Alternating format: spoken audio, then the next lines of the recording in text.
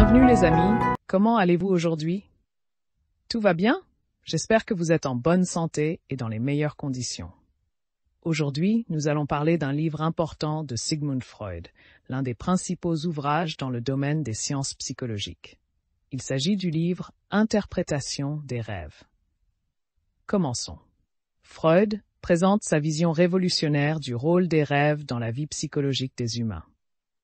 Dans ce livre, Freud approfondit l'analyse des rêves et présente les méthodes par lesquelles les symboles et les modèles qui y sont cachés peuvent être décodés. Selon Freud, le rêve est considéré comme la voie royale vers l'inconscient et révèle ainsi des désirs et des peurs refoulés qui peuvent ne pas s'exprimer dans la vie éveillée.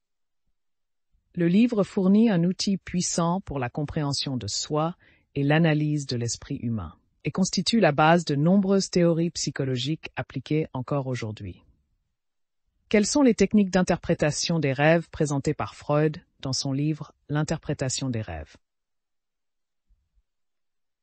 L'importance du livre L'interprétation des rêves de Sigmund Freud vient non seulement des théories qu'il présente sur la relation entre les rêves et l'inconscient, mais aussi des techniques qu'il présente pour interpréter Freud. Il voit des rêves.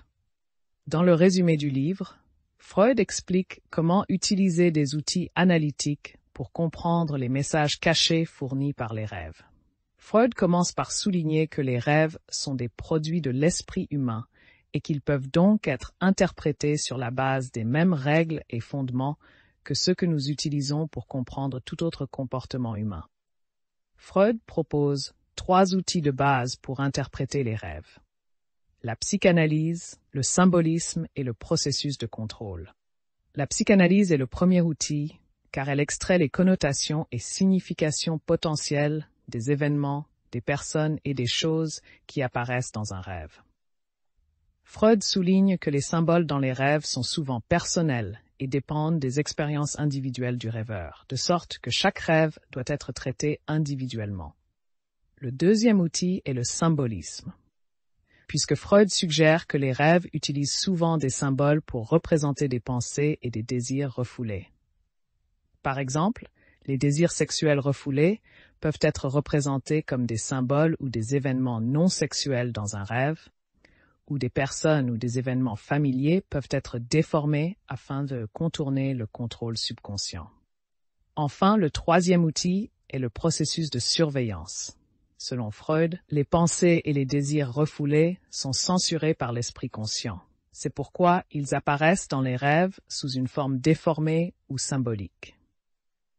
Le processus, connu sous le nom de distorsion du rêve, implique plusieurs techniques, notamment le déplacement, où les émotions ou les pensées sont déplacées d'une chose à une autre, et la condensation, où plusieurs pensées ou idées sont traitées selon les spécificités d'une personnalité ou d'une idée.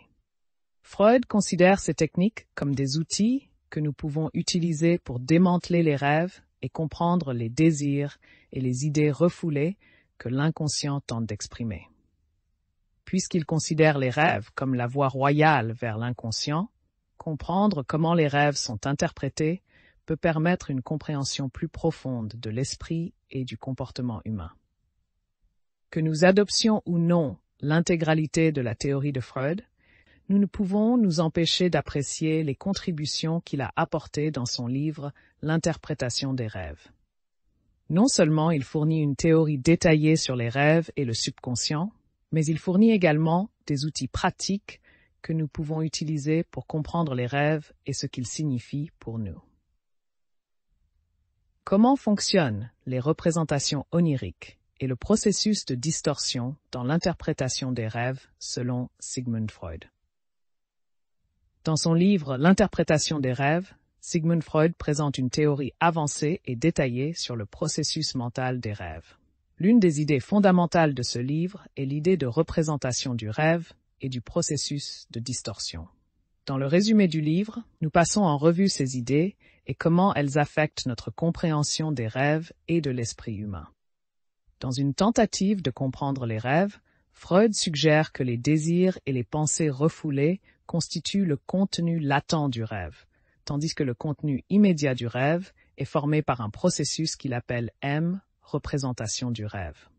Ce processus consiste à transformer ces désirs et pensées refoulés en images et idées moins menaçantes, afin que l'esprit humain puisse les gérer pendant le rêve.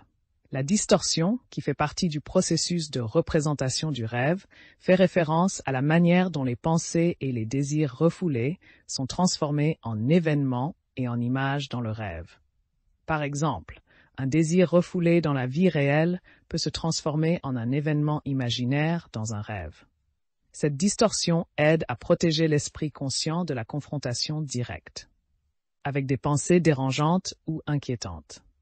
Freud estime que ce processus reflète la nature de l'esprit humain et la manière dont il gère les conflits et les tensions psychologiques. Bien que ce processus puisse paraître étrange ou peu clair, Freud considère que le comprendre est la clé d'une compréhension plus profonde de nous-mêmes et de la manière dont notre esprit gère la turbidité, les désaccords et les tensions. Le processus de distorsion, selon Freud, est nécessaire pour maintenir notre confort pendant le sommeil. Sans cela, les désirs et les pensées refoulées peuvent devenir extrêmement perturbants, mettant ainsi le sommeil en danger. Freud considérait la distorsion comme un mécanisme de défense qui nous permet de continuer à dormir pendant que notre inconscient traite les problèmes refoulés. Bien que la représentation des rêves et le processus de distorsion puissent rendre les rêves étranges et incompréhensibles, Freud souligne qu'en apprenant à interpréter ces symboles, nous pouvons atteindre une compréhension plus profonde de nous-mêmes et de l'esprit humain. Enfin, de mon point de vue, je vois que quelle que soit la carence qu'une personne ressent dans sa vie, l'esprit la traduit en rêve pendant le sommeil, afin de ressentir un peu de bonté. Une oasis psychologique et un bonheur temporaire. Et toi, êtes-vous d'accord avec moi? Et que pensez-vous de ce qu'a dit l'auteur du livre Sigmund Freud? Ou avez-vous un autre avis? J'attends vos avis dans les commentaires et rendez-vous pour une nouvelle vidéo et un autre nouveau livre. Merci d'avoir regardé. Au revoir.